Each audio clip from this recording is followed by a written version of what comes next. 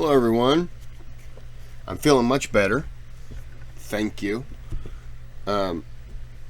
Still a little blah, but I was also working a lot. So, sorry. Yesterday, I was like 14 hours, so I'm just sore today. I sound weak. There you go. I sound a little weak in the headphones. Had to turn them up. Okay, so this was a donation from Mohamed. The Century, America's Time, the Beginning, Seeds of Change.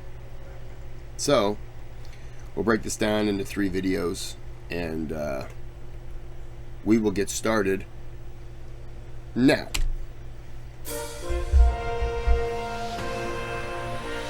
I am the innocent Villard. Japanese have attacked Pearl Harbor by air. Ask not what your country can do. Seems awful sketchy. Country can do. Kennedy has been shot. To be self-evident that all men are created equal. Mr. Gorbachev, tear down this wall.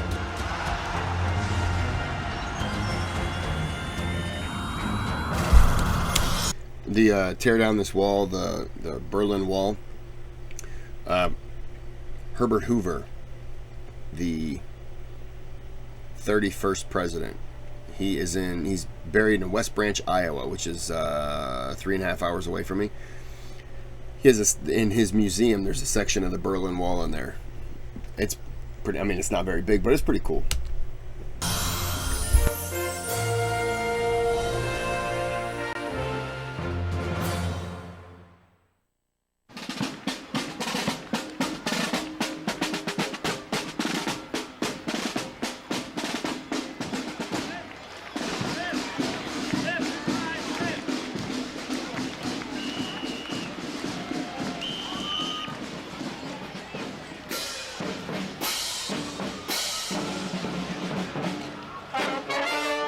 The transforming events of the 20th century touched every city and small town in America.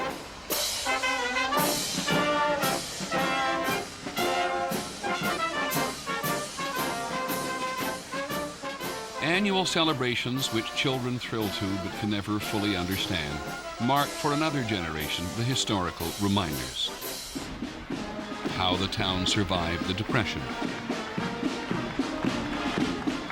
How older people who walk among us unnoticed every day save democracy in the world.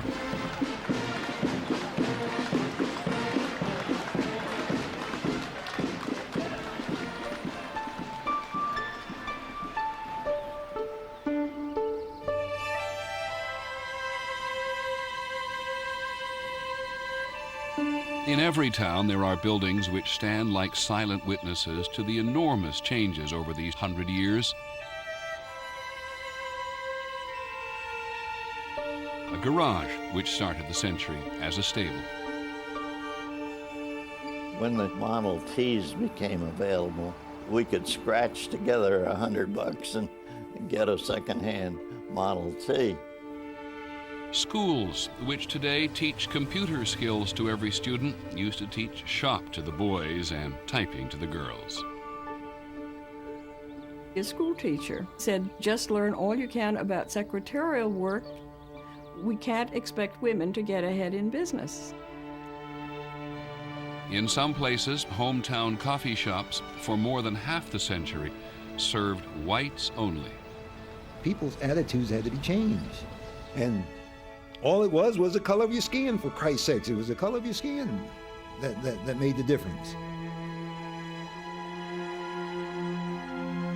Memorials along American main streets commemorate those who died on the European battlefields of World War I. Such terrible scenes.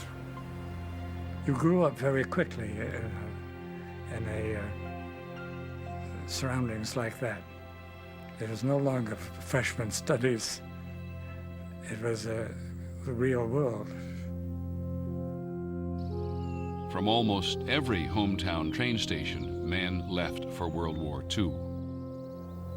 When your husband becomes an officer, you're an officer's wife. And you do not show any emotions when they go overseas. You hold it back no matter what. No crying. And we did that. It was tough, but we did it. Korea and Vietnam veterans returned to towns which looked the same, but they came back to a country which had changed. When I left, the only people that had long hair were lived in San Francisco, you know, and when I came home, my banker had long hair. When one New Jersey town held an all-class reunion in 1997, you could see in the attendees the sweep of the entire century. There were those who remember when the electric light was new, and those who were born after man walked on the moon.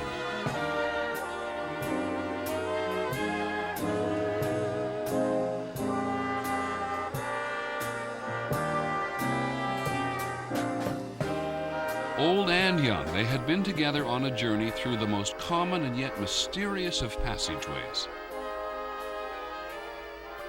Time.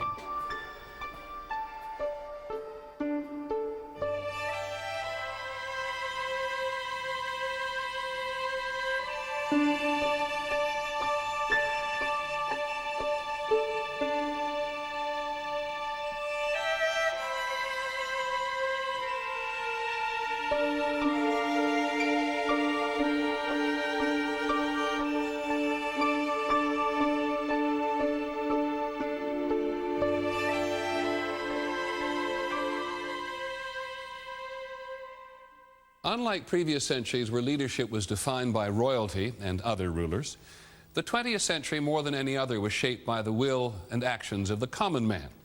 In the episodes of this series, we'll examine some of the defining events in each of 15 different periods. Our aim is to experience what it was like for the common man to be alive then. Politics and technology made this the killing century, but they also provided extended life and hope. In this first episode, we'll see that as the century began, there was no place on earth where hope flourished more than in the United States of America.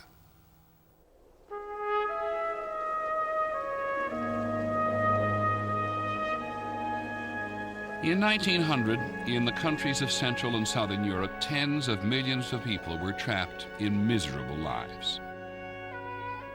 They were starving, and things were real tough, because when my father was a young boy at 12 or 13 years old, he was sent to a family in Cairo, Egypt, to become a vassal. That's what they did with their sons. Peasants, they never got paid, they never made a living, they lived in huts. The Jewish people certainly were poverty-stricken. They didn't have a darn thing. My people came from peasants. My grandparents on both sides of the family came from Sicily. My mother's side of the family came from a town called Cimina. You want to see a great movie by Martin Scorsese? There's a couple that I love the most, and it's Casino and...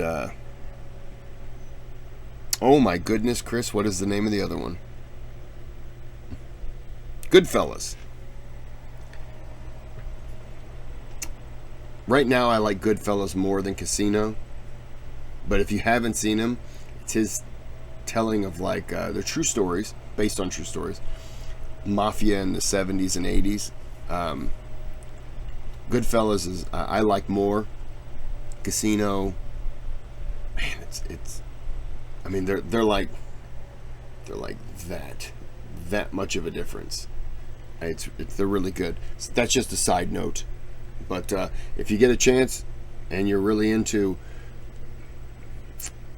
a lot of murder, cussing, sex, and drugs, I mean, it's mafia, so it's good. In the small villages, what was there? Oppression and no food. One place held the promise of a better future. My mother and father They heard about America from others, and they knew that America was heaven. It was, once in America, all problems would be solved. There would be food, there would be freedom, there would be no persecution. Freedom, freedom. An incredible word for those people.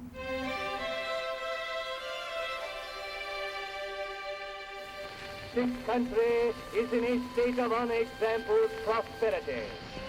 We are furnishing profitable employment to the millions of working men throughout the United States. By 1900, the United States leads in every major industrial product. I mean, we're producing more steel, we're producing more machine goods, textiles. The United States has 1/3 of all the railroad trackage in the world. For the first time in human history, people can move over land swiftly, easily, reliably. The average American lived longer, was better fed and better paid, and had greater access to education than the average citizen anywhere else on earth. This is the great land of opportunity. No matter how low you may be born, no matter how humble you may be, you can rise to the top. The sky is the limit. On the eve of the new century, the sense of boundless possibilities also ignited an explosion of technological innovations that would have profound impact on 20th century life. Thomas Edison's electric light bulb and phonograph, Alexander Graham Bell's telephone.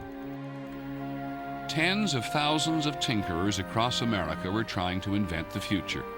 Among them were 2 bicycle mechanics in Dayton, Ohio. Orville and Wilbur, they as young boys were interested in flying. And they would sit on the porch and watch the birds. And the neighbors all around us say, I don't know what they think they're going to do, why they will never make an airplane. Mabel Greep and her sister Lorene lived next door to the Wright brothers. Well, my father found out some way that they were going to have a trial flight. So we got in the Surrey and we drove out to Huffman Prairie. I can hear Dad turn more than once and say, look, are you all paying attention to this? Now listen to me. You're going to remember this till your last day. When that plane took off the ground, people were speechless.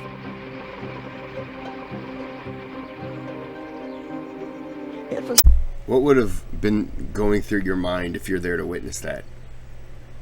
Just that moment in history where you're like, you're completely doubting it because it's never been done before. Why would these 2 brothers, who were they? I believe they were in the bicycle business before they even got into planes. So you're like, okay, these 2 guys made bikes. And what are they going to do? Make a bike for the sky? Yeah, no. I would just be sitting there going, okay, look, as soon as they crash, we'll run over, we'll make sure they're still alive. And then we're going to tell them, you ever do this again, and we're all going to just beat you because we can't trust you to not take this up and then crash into a house. And then you're just sitting there and you're like, this is never going to happen. Oh my goodness, are you serious? And I think they went for 13 seconds, 11 seconds, 13 seconds, 11 seconds. I can keep saying the same number apparently, or I can just hit the button.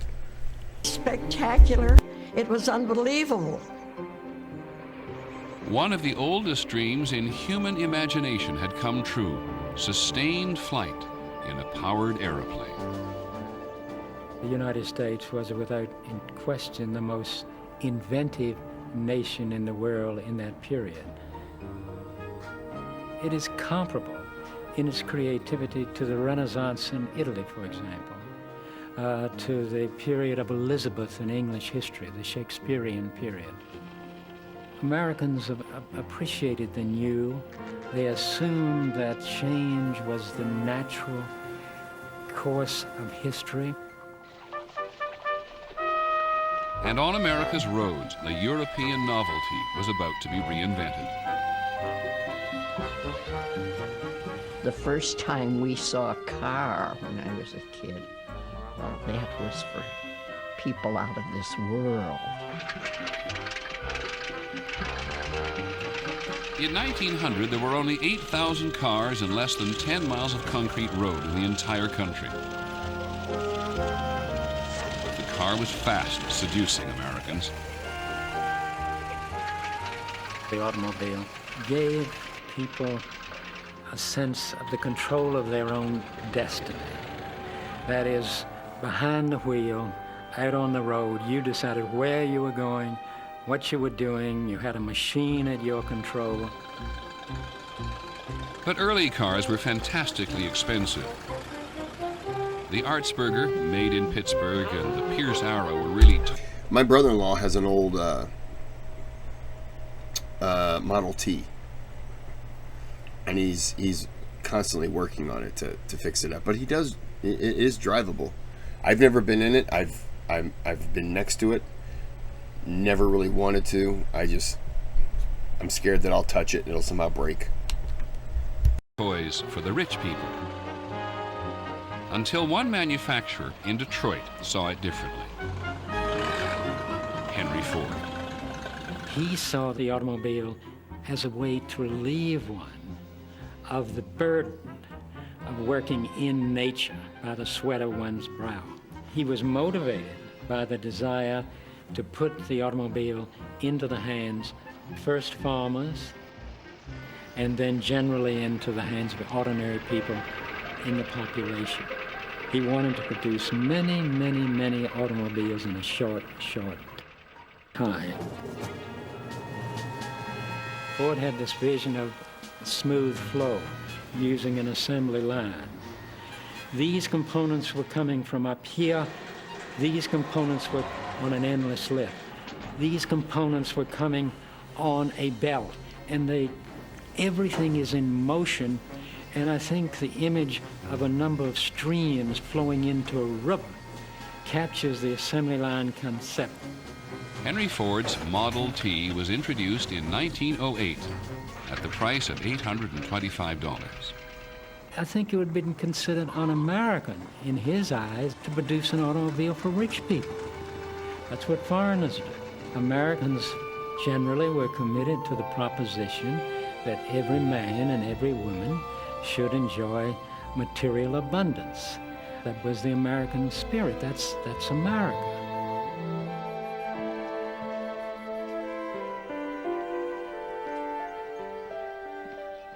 It was the promise of material abundance and freedom which drew more than 13 million impoverished Europeans to America between 1900 and 1914. They came from the Austro-Hungarian Empire, from Russia, and from Italy. It was the greatest free migration in all of human history. Wow, I didn't know that. My mother's mother, Domenica, was afraid to travel on the boat. And the only way they got her on the boat was her brother tricked her. He went on the boat with her and said he was going with her. And at the last minute, she turned away and he left. My mother came by herself through Siberia. She got to the coast and got on a boat.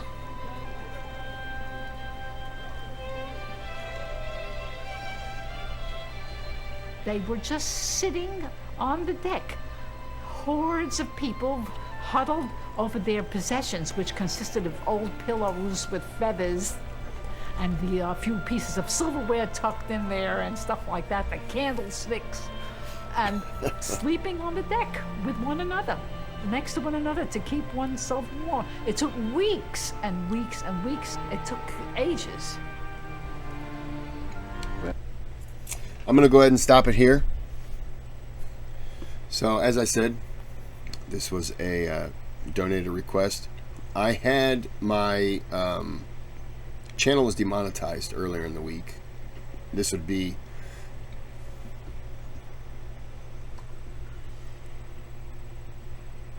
Tuesday the 19th of September, and then it was back up Thursday, I think.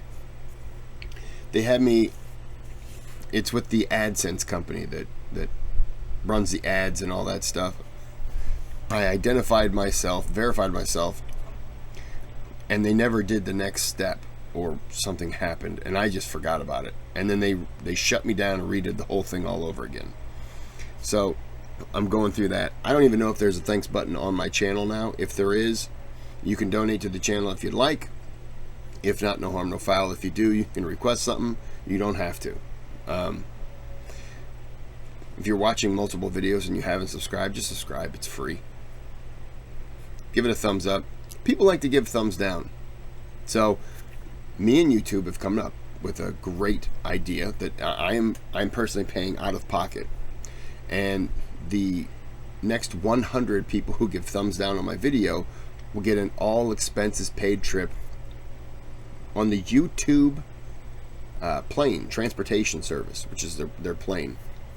And you will be, it's a competition, and it's a survival challenge. It's going to be like a little fun thing. But what we do is we drop you into North Sentinelese Island, and then we just leave you. And if you can survive, that's great. But you probably won't, because we're dropping you one at a time, completely naked. And then when we know that they finished you off, then we drop the next person. And we'll just keep doing that. So hit the button with the thumbs up this way. This way gets you shot with arrows. So it's your call, but it's on me. So I'm gonna end this here. Until next time, have a good day, have a good night. Oh, different keyboard, so let's see if it works.